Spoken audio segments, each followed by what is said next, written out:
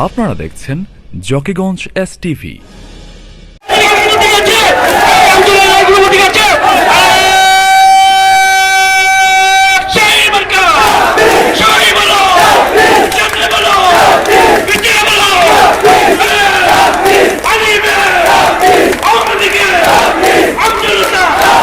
আসন্ন জকিগঞ্জ উপজেলা পরিষদ নির্বাচনে ওলামা জনতা ঐক্য পরিষদ মনোনীত চেয়ারম্যান পদপ্রার্থী মাওলানা বিলাল আহমেদ ইমরানের কাপ্পিরিস মার্কার সমর্থনে বিশাল নির্বাচনী জনসভা অনুষ্ঠিত হয়েছে।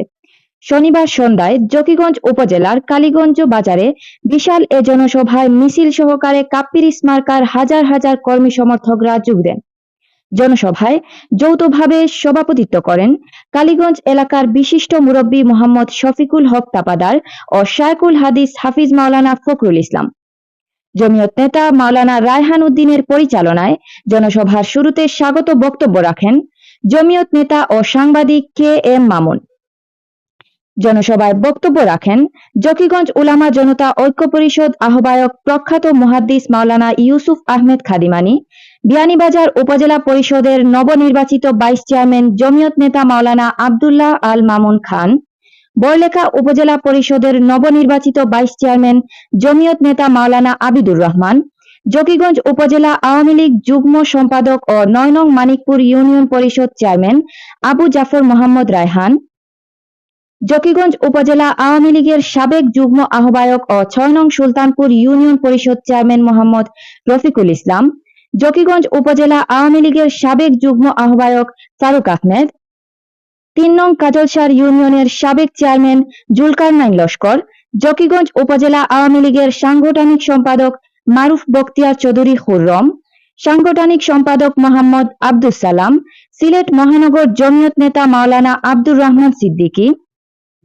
সিলেট জেলা জমিয়ত নেতা মাওলানা আব্দুল মালিক কাশিমি, লামারগ্রাম মাদ্রাসার মুহাদ্দিস মাওলানা শায়েখ আব্দুস সাত্তার, জকিগঞ্জ উপজেলা খেলাফত মজলিসের সভাপতি মাওলানা শায়েখ আব্দুল মুসাব্বির, জকিগঞ্জ উপজেলা যুবলীগের সিনিয়র যুগ্ম আহ্বায়ক আলামিন আব্দুল্লাহ সুমন, যুবলীগ নেতা ফয়েজ আহমেদ, যুবলীগ নেতা আব্দুল কাইয়ুম, জাতীয় পার্টি নেতা প্রবাসী সুলেমান আহমেদ লস্কর, জকিগঞ্জ উপজেলা ইসলামী আন্দোলনের সভাপতি হাকিম মোহাম্মদ শিহাবুদ্দিন, বাংলাদেশ খেলাফত মজলিসের জকিগঞ্জ উপজেলা সাধারণ সম্পাদক মাওলানা জয়নুল ইসলাম, জকিগঞ্জ উপজেলা ছাত্রলীগের সাবেক সভাপতি দেলোয়ার হোসেন চৌধুরী, মানিকপুর ইউপির সাবেক সদস্য মোহাম্মদ আব্দুল আহাদ, স্বেচ্ছাসেবক লীগ নেতা সুজন দেবনাথ, উপজেলা ছাত্রলীগের সাবেক যুগ্ম সম্পাদক ইমরান হোসেন লিমন ও হিন্দু যুব ঐক্য পরিষদের সাধারণ সম্পাদক মিশন রায় প্রমুখ।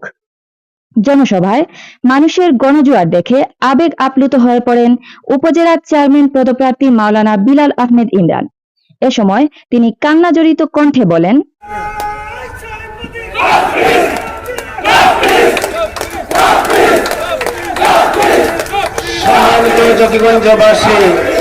সম্মানিত জকিগঞ্জবাসী, আমি আজ আবেগে আপ্লুত।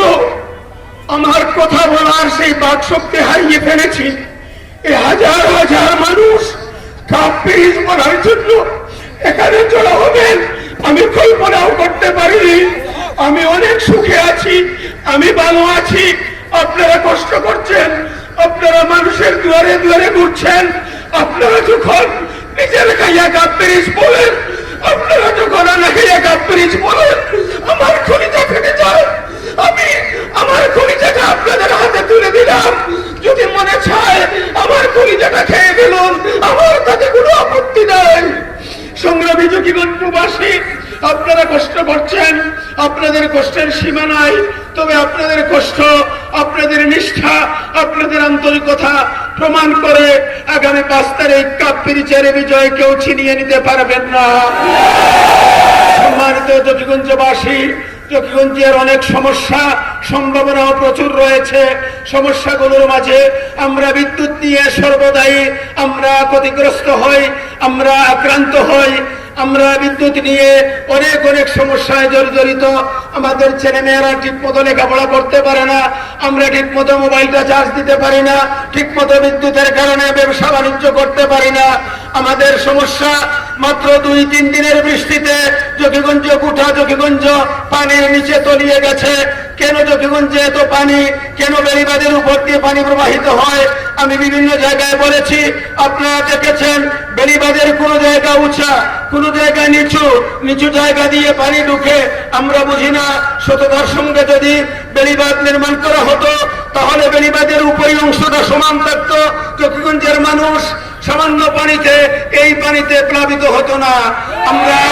আমরা আগামী 5 তারিখে ঐক্যবদ্ধ হয়েছি সততার পক্ষে, জকিগঞ্জের মানুষ ঐক্যবদ্ধ হয়েছে আন্তরিকতার পক্ষে, মানুষের প্রতি ভালোবাসার পক্ষে।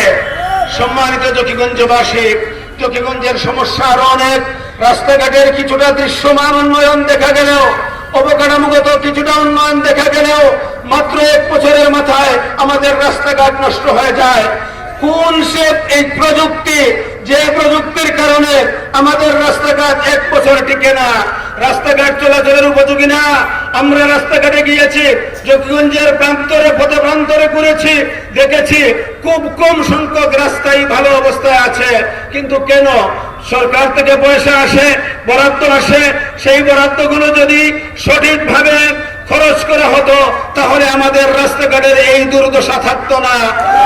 জকিগঞ্জের বাইরে অনেক জায়গায় যাই, আপনারাও যান। আমার মনে হয় বাংলাদেশে, অন্তত সিলেটের ভিতরে রাস্তাঘাটের এমন করুণ দশা আর কোন উপজেলায় নাই। কেন আমাদের এই দুর্ভাগ্য? কেন আমাদের এই পরিস্থিতি? কেন আমরা কেন এই করুণ পরিণতির শিকার? আমি আপনাদের কাছে বলবো, এই পরিণতি থেকে উত্তরণ ঘটাতে হলে আগামী 5 তারিখে আপনাদেরকে বদলানোর চিন্তা করতে হবে। জকিগঞ্জের মাঝে বদলানোর সুর উঠেছে, সেই সুরের সাথে সবাইকে তাল মেলাতে হবে, সবাইকে এই সুরের ভিতরে আসতে হবে। আমরা পরিবর্তন চাই। সংগ্রামী জকিগঞ্জবাসী, আজানের সময় হয়ে যাচ্ছে। আপনারা এখানে এসেছেন, আপনারা বসেছেন, আপনারা কথা শুনেছেন, আপনারা স্লোগান দিয়েছেন। আপনাদের সব কর্মকাণ্ডকে আমরা ধন্যবাদ জানাই। তাসমিয়া রহমান সুনিয়া, জকিগঞ্জ STV, জকিগঞ্জ, সিলেট।